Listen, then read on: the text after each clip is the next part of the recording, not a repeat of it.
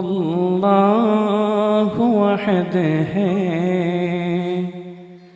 تیری وحدت کے لیے، اور اللہ صمد ہے تیری قدرت کے لیے۔ قل هو اللہ واحد ہے تیری وحدت کے لیے، قل هو اللہ احد ہے تیری وحدت کے لیے، اور اللہ صمد ہے تیری قدرت کے لیے۔ حفظہ اللہ کو آپ کے روبرو کرنے جا رہا ہوں، اور میں درخواست کرتا ہوں حضرت مولانا سے کہ تشریف لائیں اور اپنے خطاب سے، اپنے ناصحانہ کلمات سے اس مجمع کو مستفید ہونے کا موقع عطا فرمائیں۔ ورحمۃ اللہ وبرکاتہ۔ الحمد للہ رب العالمین، والصلاة والسلام على سید الانبیاء والمرسلین وعلى آلہ واصحابہ اجمعین، اما بعد۔ فاعوذ باللہ من الشیطان الرجیم، بسم اللہ الرحمن الرحیم۔ ومن يتق اللہ يجعل له مخرجا ويرزقه من حيث لا يحتسب۔ بہت ہی محترم اور معزز آج کے اس جلسہ کی صدارت فرما رہے ہم سب کے قائد فضیلت الشیخ حضرت مولانا اصغر علی امام مہدی السلفی، امیر مرکزی جمعیت اہل حدیث ہند، اور پورے ملک کی آواز، عرب و عجم میں سنے والی گونجنے والی آواز، فضیلت الشیخ حضرت مولانا سید معراج ربانی صاحب، صوبائی جمعیت اہل حدیث مغربی یو پی کے امیر محترم فضیلت الشیخ حضرت مولانا جرجیس اٹاوی صاحب، اور آج کی اس جلسہ کی نظامت فرما رہے حضرت مولانا راشد عصری صاحب، دیگر علماء کرام، اسلامی اور ملی بھائیوں، یہ اب تقریر کا موقع نہیں ہے، اور میں مناسب بھی نہیں سمجھتا کہ آپ کے بیچ حائل ہوں، کیونکہ اس ملک کی وہ آواز جو ملک کے کونا کونا اور گوشہ گوشہ میں سنی جاتی ہے، اور سنی نہیں جاتی بلکہ کتنے دل دھڑکتے ہیں، وہ آپ کے بیچ ابھی آنے والے ہیں۔ میں اپنا ٹائم اس بیچ میں دے کر حائل ہونا نہیں چاہتا، میں صرف آیت کا ترجمہ اور 2-4 لفظ شکریہ کے ادا کر کے بات کو ختم کر رہا ہوں۔ میں نے آیت پڑھی تھی وَمَن يَتَّقِ اللَّهَ يَجْعَل لَّهُ مَخْرَجًا وَيَرْزُقْهُ مِنْ حَيْثُ لَا يَحْتَسِبُ۔ جو بھی انسان چھوٹا ہو، بڑا ہو، امیر ہو، غریب ہو، مرد ہو، عورت ہو، شرط ہے کہ اللہ سے ڈرے۔ میرے بھائیوں، اللہ کا ڈر آج ہماری زندگی سے نکل گیا ہے۔ وَمَن يَتَّقِ اللَّهَ يَجْعَل لَّهُ مَخْرَجًا، بہت ساری تقریریں آپ نے سنی ہیں، انسان پریشانی گنا رہا ہے، دقتیں گنا رہا ہے، آزمائشیں گنا رہا ہے، مجبوریاں گنا رہا ہے، ڈر اور خوف دکھا رہا ہے۔ اللہ فرماتا ہے صرف اللہ سے ڈرو، سارے راستے اللہ نکال دے گا۔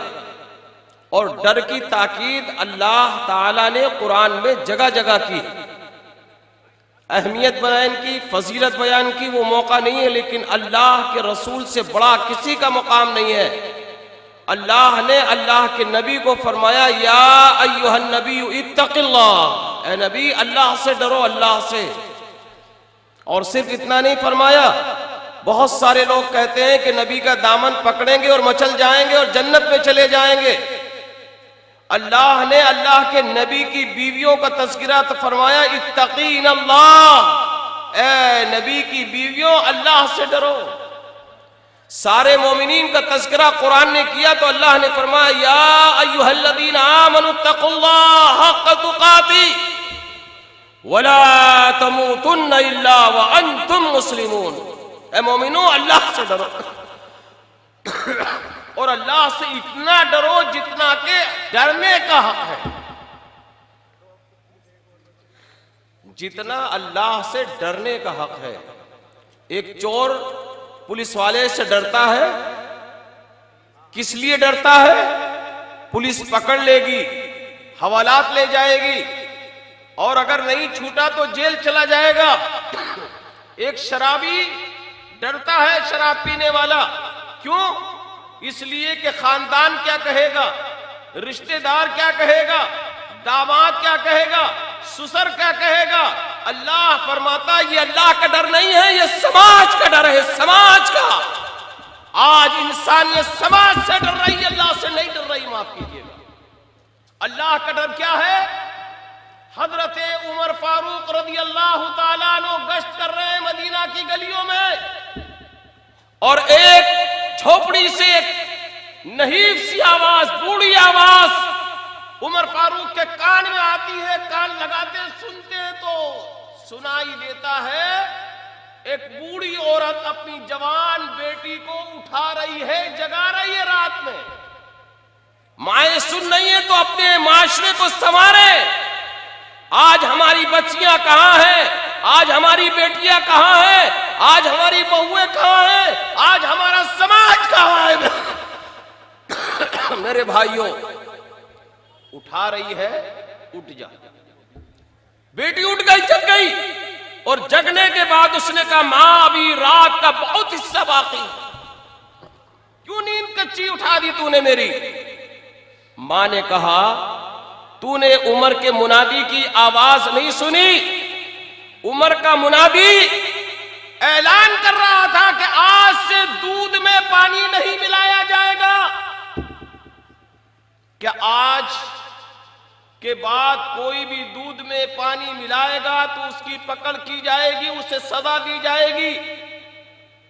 اس لیے رات کے اندھیرے میں بچی اٹھا رہی ہوں، اٹھ جا. اور اٹھنے کے بعد دودھ دو اپنی بکریوں کا، اپنی بھیڑوں کا، اپنی اونٹنیوں کا، اور اس میں پانی ملا دے. کہا ماں یہ تو عمر کا اعلان ہے. کہا اسی لیے جگا رہی ہوں، اب عمر نہیں ہے. کہا ماں سن، سچائی ہے کہ عمر نہیں ہے، عمر کا منادی نہیں ہے. کیا ماں یہ بتائے گی کہ اللہ رب العالمین جس کا حکم عمر نے اعلان کیا ہے وہ زندہ نہیں ہے، وہ دیکھ نہیں رہا ہے، وہ سن نہیں رہا ہے؟ میرے ماؤں، میری بہنوں، میرے بھائیوں، میرے عزیزوں، آج دقت یہ ہے کہ ہم اللہ سے نہیں ڈر رہے. اس اللہ سے وہ ایک بچی اللہ کا ڈر اپنی ماں کو بتا رہی ہے، سمجھا رہی ہے. آج ہم علماء ہم نہیں ڈرتے. معاف کیجیے. ہمیں جس انداز سے ڈرنا چاہیے، ڈرنا چاہیے، جتنا ڈرنا چاہیے، وہ ڈر ہماری زندگیوں میں نہیں ہے. ہمارا تقویٰ، ہماری پرہیزگاری، ہماری للہیت اور ہمارے جو زندگی کے اندر اتار چڑھاؤ آ جا رہے ہیں وہ ہمیں سمجھنے کی ضرورت ہے. تقویٰ کیا ہے اور سچائی کے ساتھ تقویٰ کیا ہے؟ حضرت عبداللہ ابن عمر چلے جا رہے ہیں.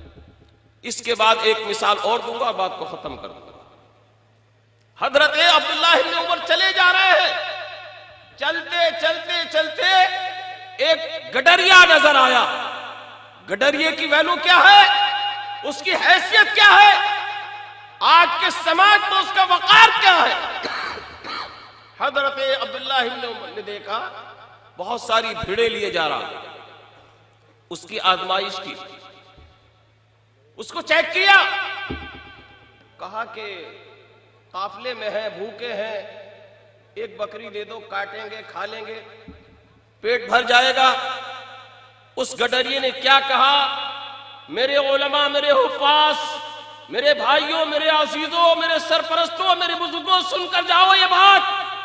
ایک گڈریا جس کی رعایت آج کا عالم نہیں کر رہا، معاف کیجیے گا، آج کا ذمہ دار نہیں کر رہا معاف کیجئے گا، آج کا چودھری نہیں کر رہا معاف کیجئے گا، ایک گڈریا اس پر اللہ تبارک و تعالیٰ کا ڈر اور خوف کتنا حاوی رہتا تھا۔ کیا کہا اس نے؟ ایک بکری دے دو۔ حضرت عبداللہ بن عمر نے کہا ذبح کریں گے اور پیٹ بھر لیں گے، قافلے میں ہے، سفر میں ہے، بھوکے ہیں۔ عبداللہ بن عمر نے کہا آپ جانتے ہو یہ میری بکری نہیں ہے، میں گڈریا ہوں، بکریاں کس کی آپ جانتے ہو، اس کی اجازت کے بغیر میں نہیں دے سکتا۔ کہا پیسہ لے لو، قیمت لے لو۔ کہا میں نے کہا کہ میری نہیں ہے، میں کیسے بیچ سکتا ہوں؟ اس نے حضرت عبداللہ نے کہا کہ ارے کہہ دینا بھیڑیا آیا تھا، لے گیا، کھا گیا۔ یہ کہا جو یہ سن کر جاؤ عبداللہ بن عمر سے، اس گڈریے نے کیا کہا؟ یہ کہا عبداللہ بن عمر مجھے صرف ایک سوال، اس کا جواب دے دو۔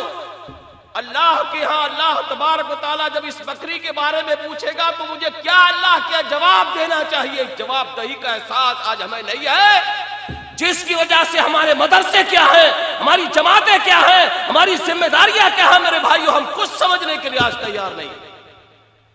مدرسے بک رہے ہیں، بیچے جا رہے ہیں، کان پہ ہمارے جو نہیں چل رہی میرے بھائیو آج۔ اور جس طرح ہمیں ایمانداری سے آنا چاہیے، جس جذبے سے آنا چاہیے، جس احساس سے آنا چاہیے، یہ میرے بھائیو ہماری زندگی میں ضرور زندہ رہنا چاہیے۔ اتنا مر گیا تو جماعت مر جائے گی، حق مر جائے گا، سچائی مر جائے گی، اور انصاف دنیا میں پھر زندہ نہیں رہے گا۔ جو چاہے جیسے چاہے جس انداز سے چاہے جس لکڑی سے چاہے آپ کو ہاتھ کے چلا جائے۔ عبداللہ بن عمر سے کیا کہا کہ میں ایک بکری دے دوں اور اس کا حساب کیا ہوگا؟ اس تعلق سے صرف مجھے بتا دو کہ اگر اللہ نے سوال کیا تو میں اس کو کیا جواب دوں گا۔ اللہ کا ڈر یہ ہے میرے بھائیو، جو ایک غریب میں، مسکین میں، ایک نوکر میں، ایک ملازم میں، ایک گڈریے میں موجود تھا۔ آخری ایک مثال آپ کو اور دیتا ہوں۔ عبداللہ بن مبارک کا نام آپ نے سنا ہے؟ یہ مبارک ایک مالی ہے، مالی، چوکیدار، باغ کے اندر خدمت کرنے والا۔ ایک دن مالک کا پورا قافلہ جیسے آپ کے ہاں آتا ہے، یہ تو آپ کا مغرب یوپی باغوں کا باغ ہے۔ باغوں کے زمانے میں، آموں کے زمانے میں آپ کے دوست آتے ہیں، مہمان آتے ہیں، پارٹیاں کرتے ہیں۔ اس باغ کا مالک اپنے مہمانوں کے ساتھ آیا اور مبارک سے کہا کہ یہاں سے اچھے پھل لاؤ اور ہمارے مہمانوں کے سامنے پیش کر دو۔ وہ گیا، یہاں سے توڑا، وہاں سے توڑا، وہاں سے توڑا، وہاں سے توڑا، دھویا، رکابی میں سجایا اور سجانے کے بعد مالک کے سامنے پیش کر دیا۔ اتفاق، جیسے مالک نے پھل اٹھایا، چکھا تو کھٹا تھا۔ مالک اور نوکر کیا موازنہ ہے آج کے زمانے میں؟ مالک غلام سے زیادہ بدتر ہے ہمارا نوکر، اسے ذلیل کرتے ہیں، رسوا کرتے ہیں، اسے حقیر جانتے ہیں۔ ہم اپنی زندگی کے اندر ہم دین پڑھتے ہیں، شریعت بتاتے ہیں، نماز پڑھتے ہیں، تقوی ہماری زندگی میں ہے، ہماری زندگی میں قیام بھی ہے، رکوع بھی ہے، سجدہ بھی ہے، ذکر بھی ہے، تہجد بھی ہے، لیکن ہم ایک نوکر کے ساتھ بھی آج زندگی میں انصاف نہیں کر سکتے میرے بھائی۔ پھل اٹھایا تو وہ پھل کھٹا تھا، غصہ آ گیا، لیکن اسی غصے کو تھامنے کے بعد اس نے کہا، یہ مالی پھر بھاگ بھاگ کر گیا، یہاں سے توڑا، وہاں سے توڑا، وہاں سے توڑا، پھر دھویا، رکابی میں سجایا اور پھر مالک کے سامنے پیش کر دیا۔ اتفاق، سوئے اتفاق کہ اب کی بار بھی مالک نے پھل اٹھایا تو وہ کھٹا تھا۔ بس یہ سننے کے بعد تو اس کا دماغ ساتویں آسمان پر غصہ پہنچ گیا، اور جتنا بھی وہ کہہ سکتا تھا، ذلیل کر سکتا تھا، جملے کہہ سکتا تھا، سب اس نے سنا دیا۔ اب بڑا صبر کرنے کے بعد اس مبارک نے بڑے ادب سے، احترام سے اپنے مالک سے کہا، مالک آپ کا غصہ بجا ہے، لیکن میں کیا کروں؟ اس نے کہا، تم اتنے سالوں سے میرے یہاں مالی کا کام کر رہے ہو، تمہیں یہ بھی معلوم نہیں کس پیڑ کے پھل میٹھے ہیں اور کس کے کھٹے ہیں؟ کہا، سچائی تو یہی ہے جو آپ کہہ رہے ہیں، جس دن سے آیا اس دن سے لے کے آج تک جس دن سے آیا آج تک، جس دن میری ملازمت آپ سے طے ہوئی تھی، اس میں جو چند درہم یا دینار تھے اس کے علاوہ میں نے آپ سے کچھ نہیں لیا. میں نے اس دن سے لے کر آج تک اس باغ کا ایک پھل بھی چکھا نہیں ہے. کہاں جائیں گے ہم؟ کس اللہ کو منہ دکھائیں گے ہم؟ قبر میں کس فرشتے سے ملاقات کریں گے ہم؟ حشر کے میدان میں کس انداز سے کھڑے ہوں گے ہم؟ میرے بھائیوں، اس احساس کو زندگی میں اپنی زندہ رکھو، ورنہ مرنے کے بعد فَمَنْ يَعْمَلْ مِثْقَالَ ذَرَّةٍ خَيْرًا يَرَهُ وَمَنْ يَعْمَلْ مِثْقَالَ ذَرَّةٍ شَرًّا يَرَهُ. والسلام علیکم ورحمۃ اللہ وبرکاتہ.